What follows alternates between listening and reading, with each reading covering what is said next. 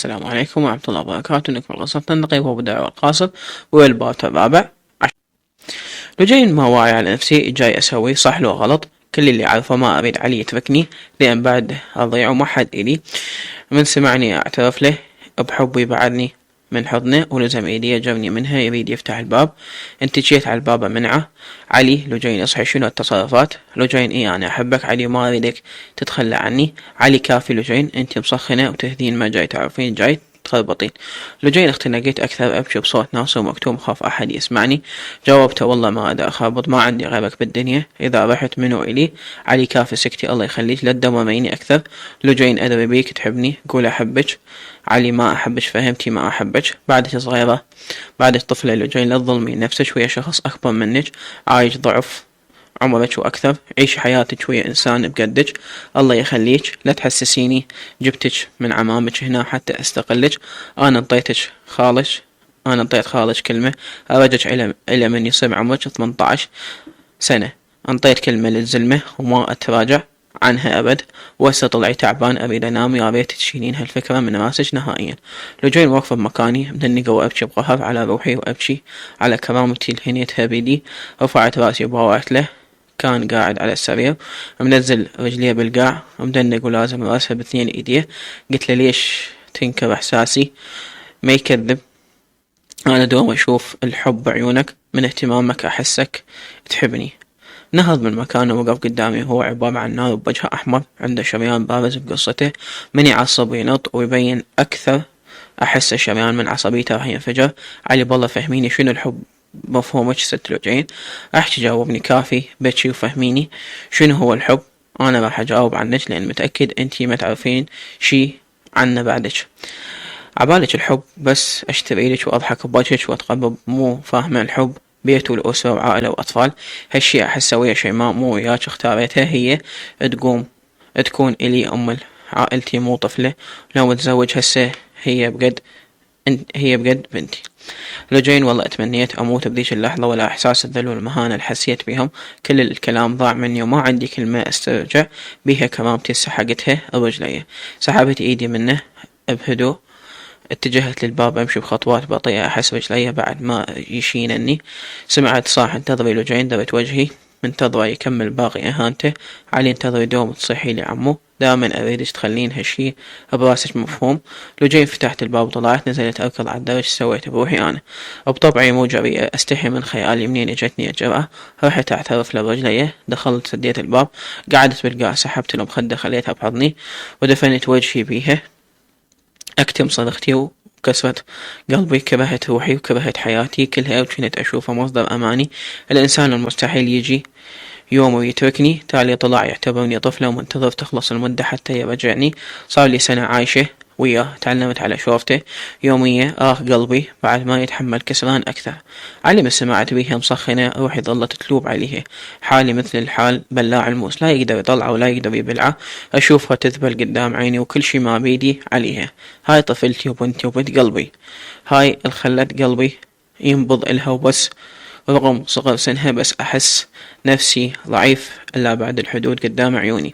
صرت ألعن الساعة القبلت بيها أسمع كلام أمي وتخطب لي شيماء لأن ما أريد أظلمها وياي. وأنا قلبي مو يمها هي هم ما لها ذنب وهم حالها حال أي مرة تريد الاهتمام من شريك حياتها بس مو بيدي نفسيتي ما تقبلها. أحس جاي أسوي أتجه واجب فقط تجاهها واجب فقط مو مثل لو جاي تسلب كل إرادتي وتخليني عاجز أمامها. قاعد ورفتي وياه وبالي يمها لأن ما بيضندق الباب عبالي نسرين لو حسين بس تفاجأت من شفتها قدام الخدود حمر من السخونة قوة واقفة انشل حالي من حضنتي وبكت وأنا من حبي بادلتها الحضن بكل قوتي أريد أنهيها أنايمها بين ضلوعي. والأول مرة سمع لها تنطق اسمي بدون ما تقول عمو. أحس أن أحد كفخني على راسي من قالت أحبك وداعت حيلي ردت آخذها وأهد جنبيها واللي يصير خلي يصير. بس ذكرت أمي تموت إذا سوت هالشكل بشيماء مو طبعي أكسر بخت بنت الوادم وياي. الناس ما ترحم وتاكل وجه أهلي وأهلها أما بالنسبة للوجين ما أقدر أخذها وأنا منطي كلمة لخالها مو طفل حتى تراجع بحكايتي. أنا شبدتها من ظلم عمامها واستغلالهم، إنه بأجي أنا أستغلها وهي طفلة. تعمدت أصي عليها وياها لأن حتى تشيلني من بالها، بس كل كلمة وجهتها إلها كنت أعاقب روحي بيها. هي طلعت وأنا قعدت بالقاع تمنيت أشلع قلبي وأشوها، ولا كل هذا التعب من حبها. لجين انهضت على حيلي وأنا أبغى روحي بالمراية وأقول لنفسي كافي بكي، دخيلك كافي ما مليتي، ليش دمعتك رخيصة هالقد ليش؟ كلام علي مو بس كان إهانة، لا بالعكس أحس الصحة بي إنسانة ثانية، إنسانة قوية ما يهمها شي. شفت موت أهلي بعيوني والهسة واقفة على حيلي، ما تخيلت ما تخبلت لو متت وقدرت بفضل الله وأهل بيت وهالبيت اتجاوز أزمتي. وعلي كذلك من يوم اعتبر أزمة وعدت، وأرجع وقف على حيلي من جديد. ما حد يموت ورا أحد، دام يحس نفسه مجبور بعيشتي يمه راح أريحه من مسؤوليتي. وبيومها انطيت نفسي وعد ما أبكي أبد، يكفي لهنا حزن ودموع، بعدني صغير والقهر تابس روحي. شا إذا أكبر شي يصيب بحالي بعد. مرت الأيام والأشهر بديت أداوم، بس ودق منقولة الغيب شعبه، بس هالشي ما يمنع انه اشوفه. بس ينتهي الدرس نخلص الفرصة سوا. علي هو الماكو سوا، يطلع الصبح يرجع بالليل، ومرات يبات بالدوام خفارة، وحتى يوم الجمعة يخلصه برا البيت أحسه ينهزم من شوفتي. قبل موعد زواجه الأسبوع اللي يجي غرفته أخشى خشابة القديمة أم حسين خلتها بغرفتي، لأن ضخمة مو مثل سريري، وكان توي مال نفر واحد. انطتهن الكوثر بنت نسرين. رجعت من المدرسة ولقيت الأخشاب متغير، ما بدت شي يذكرني بيه، بس أم حسين قالت سرير صغير وأكيد ما أخذ راحتك بيه. وغرفة علي أكبر، ذلك حطيتها بغرفتك.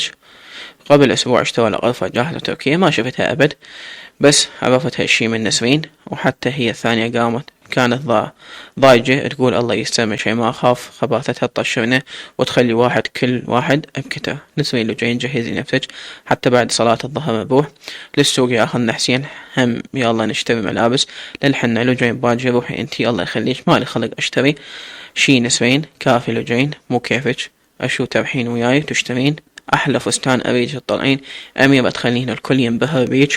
لجين قمت بدون روح، حضرت نفسي، وبعد الصلاة أخذنا حسين دخلنا المحل، وباقي فساتينه كلش حلوة. لفت نظري فستان لون البنفسجي قصير منفوش من جوا، وبي كم شذرة كريستال تلمع، ومن فوق حصر على الجسم بدون ردنات، والفتحة من ظهره 7 تبين الظهر ودلع الصدر على شكل قلب، وبالنص شيفون. الفستان روعة، حتى نسرين عجبها كلش. اختاريته ويا كعب لون أسود وطوق رقبة أسود نسرين أخذت الفستان البيجي الطويل حصر على الجسم، وهو هم كلش حلو مرتب. كملنا رجعنا البيت، غيرت ملابسي، لبست دشداش وحجاب، وطلعت أساعد نسرين بطبخ العشاء. نسرين خاف بيوم الحنة تشوفك العروس بهذا فستان ليش تنجلط. لجين اضحك، ترى ليش ترى شي ما هم حلوة، ما انا اقصها شي. نسرين عود انتي هم تعرفين بالحلوات، ما تشوفيها عريف شلتها براسه. اضحك خراب ساعة. وسمعتني عمتي وتسوي بنت حماتها غزالة، والعرسان مشاتل ببابها. لجين اضحك، ليش انتي ما سمعتيها من قالت هواي خطبوني. نسرين وداعتك كلهم لو ميتة مرتين لو مطلق ويريد وحدة سترة. اضحك مدري يسترها. لجين كنا نضحك من دخل علي السلام عليكم. نسرين عليكم السلام هلا اخويا. لجين ما رديت السلام، سويت نفسي ملتهي بالماعين. من يوم اعترفت له ابتعدت عنا نهائيا. كل يوم يمر احس روحي اختنق اكثر، بس اكابر وادوس على جروحي. ما اريد شي ما تشمت بيه اذا شافتني ضايجة. اجا يوم الحنة كملنا شغلنا بالبيت من الصبح وهنا، وبيداء اجن للبارحة، حتى بنات اخت أم حسين موجودات يساعدنا بالتحضيرات والتنظيفات. البيت هو ستغدينا من وقت، وعمتي قالت روحا للصالون هم يلا تخلصن من وقت لين الحن الساعة 4. بيداء هنا ونسرين، وأنا أخذني حسين للصالون. أول شي بدت بيهن وأنا آخر وحدة، لأن ما أحفل مثلهن ولا أميش ولا أصبغ. مجرد تسوي لي شسوة شعري وتسوي لي تسريحة بسيطة كملن كلهن، بس أحلى وحدة بهن نسوين، قمر ضاوي بشرتها البيضاء ووجهها المدور والغمازة بخدودها، زادتها حالات فوق حالاتها نسرين. ها شلوني لجين باجي، بطلت كل شي ما اسوي لان انتي كسرتي ابنية كلنا، كسرتي بينا كنا، طالعة تخبلين نسرين ولج لا تحجين هاتشي بس يمي، شو حصل من كلامك؟ عود من نرجع اريدك تحجين ذن السوالف ام حسين، اريدك تنفخيني نفخ قدام ما اوصيك اضحك لجين صارت تدلينين. اليوم اخليك علمك يرفرف علمك يرفرف قدام عمو حسين. قمت قعدت على الكرسي والبنية قالت حواجبش تخان وعراض كلش، اذا اخذ منهن شوية يطلعن يخبلن بسبعة. رفضت قلت لها لا عوفين هالشكل، انا مو متزوجة حتى احفن. نسرين حبيبتي سوي اللي يعجبك، عوفيها هاي وحدها تحكي، اريدك تاخذيها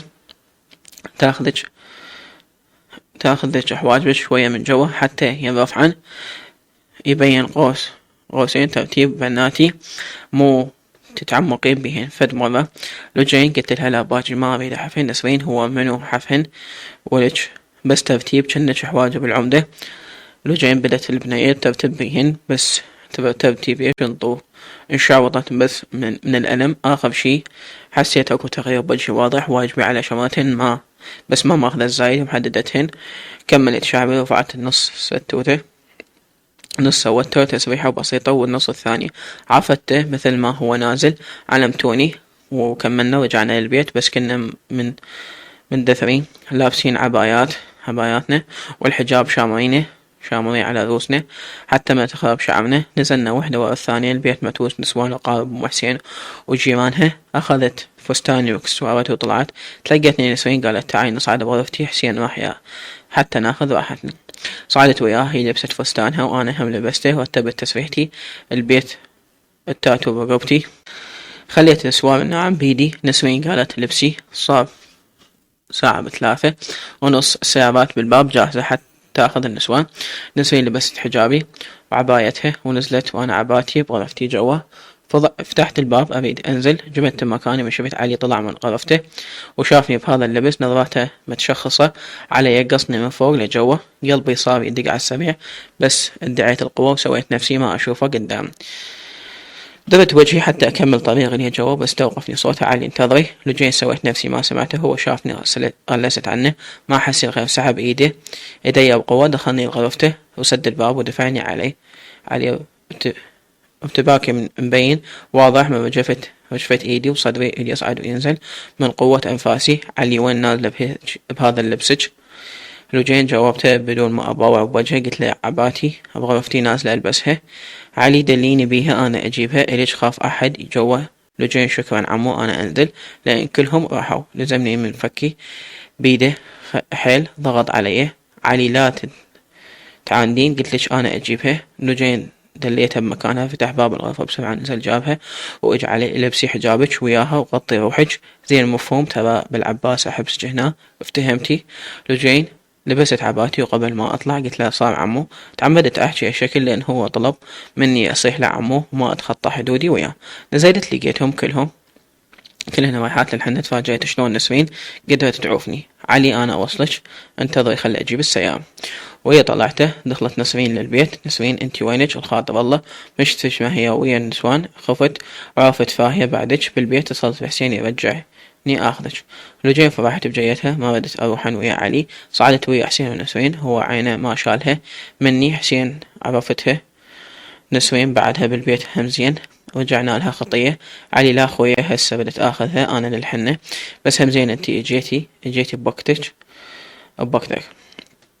لجين اخذنا حسين للحنة. نسرين دخلتني الغرفة بها مجموعة بناي رتبن مكياجين، قالت نزعي عباتك وعدلي روحك هنا وطلعي. سويت نفذ ما قالت وطلعت نسوان وهي حاضرة الحنة وشي ما كانت لابسة بدلة وردي ورافعة شعرها تسريحة، بس مكياجها حيل مبالغ بيه ومطوخة خافية معانيها وشكلها حيل ما انتبهت لي. مجموعة بنات يرقصن قدامها، ام حسين قاعدة على الكرسي وانا ونسرين واقفين يمها.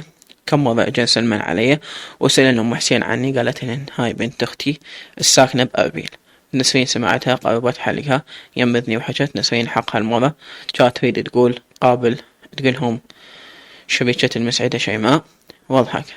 لجين آخر شي شيماء شافتني من نسرين، سحبتني من إيدي وقالت رقصي لا تبينين أنتي ضايجة، خلي هالشي بداخلك لا تشمتيها بيش. بديت أرقص بهدوء، أقل دقيقة رجعت المكان يم أم حسين الوجه يضحك بس قلبي يبكي. كملنا ورجعنا للبيت، وبالليل صار حنة الزلم وجماعة علي الضابط جابوا فرقات مزمار وصاروا يرقصون شوبي بالباب. احنا كنا يعني التهينا بالشاي والماي وجهزنا سفريات جاهزة من المطعم لهم. كنت أفتر وياهم بالمطبخ. دخل علي وحسين ياخذون الصواني مال الماي، وهنا تعمدت تحكي قدامي هنا الله يسعدك خويا اليوم شي يوم طالع تخبل، الله يحفظكم من العين ومن كل شر. سويت نفسي مو منتبهة لهم. علي طلع بسرعة وهنا تقول واحد لا يكل الثاني الله يكفيهم شر بنادم ما تنقص حياتهم. بيداء تباوع على اختها تهز براسها ما عاجبها كلام هنا. راح اني اشوفها نتشوب من السطح، ونسرين اجت يمي وتدبدب ضايجة اكثر مني من هنا. نسرين بهاي عدها حق هنا صدق شي ما اتخبل، ومن قد ما اتخبل ردت اتخبل. ولك شفتي طن المكياج الا بخ يمكن أم صانون جديدة واستفتحت بالمسكينة قامت تجيب بهاي الألوان وتلبخ بشي ما واضحك. لو جاي صح كانت ضايجة بس سوالف نسوين تضحك. ل11 انتهت الحفلة، بقينا ننظف بالبيت من هوسة الحنة الوحدة. يلا نمنه. ثاني يوم ما حد راح للزفة لأن هاي عاداتهم بالجنوب، بس نسوان اثنين كبار يمحن ويا العروس. راحت بس عمتي وخالة شيماء وياها زفوهم للفندق. بعد ما تعشت العالم بيومها ما نمت. الصبح ما قدرت انام، خايفة شيماء تغير علي ويرجعني العمامي. كنت خايفة يسمع كلامها لان يحبها الها وما يحبني. كل شوي اريد ابكي، خانقتني العبرة وارجع واقول ان انا قوية حتى لو طردني هو مرته. عندي خالي اروح اعيش يمه. ما تحملت اكثر، فتحت الباب وصعدت الغرفة. نسرين خير لجون اشبيش لجين ما بي شي، باجي بس اريد موبايلش، مشتاقة الخالي اريد احكي وياه. وانتي تردين عمو علي صار فترة ملتهي بتحضيرات العرس، وخاله أكيد عنده علم بالسالفة. ما اتصل خاف يزعجه. نسوين صار يا روحي تدليني. لو جايين انطيني الموبايل أخذته ونزلت غرفتي سديتها واتصلت بخالي حافظ الرغبة. أول ما جاوب قلت له خالو مشتاقة لكم، تعال خذني يمكم، وإذا ما اجيت باكر من الصبح راح أطلع وحدي وأجيكم. هو سمع كلامي قال هذا هو خالي. باكر من للسبعة أنا يمك، وسألني إذا علي عنده علم. قلت له إيه يدري. هو قال روحي. سديته منه، طلعت جنطة خليت بيها ملابسي بس مو كلهن، بس كم قطعة، وأنا اجيتهم بثوبي علي. انتظرت للصبح ما نمت. ما صدق تصير الساعة 7 وأروحن. صارت بالستة، قعدت رتبت فراشي وتوضيت وصليت. رحت فتحت باب غرفة أم حسين لقيتها قاعدة تقرأ قرآن. أم حسين هلا بهالصباح الحلو، عش عجب اليوم قاعدة من وقت. لو جاي لازم أنطيها علم، عيب أطلع بدون ما أقلها خالي يجي ياخذني يمهم. بميني الذمة لأن تعبتكم هاي السنة ويشهد الله حبيتكم مثل أهلي. أم حسين يا خالة ولك شبيك سولفيلي منو غاثج، لو سمعك حكاية تردين تعوفينه. لو جاي خالتي والنعم منكم تحملتوني كل هاي الفترة ما قصرتوا عني، بس ما أقدر أبقى بعد أكثر. أم حسين يما بروح أهلك عوفي السالفة هسه. علي إذا سمع يقلب الحوش على روسنا. انتظر يرد من الفندق وقليله. لو جاين اجت نسرين قالت خالك يتصل، عرفته واقف برا. بست ام حسين براسها وحضنت نسرين. ما تحملت اكثر، بكيت شلبن بيا بس عفتهن وطلعت. صعدت ويا خالي، عرفت كل شي ورايه. لازم انسى علي واعتمد على نفسي.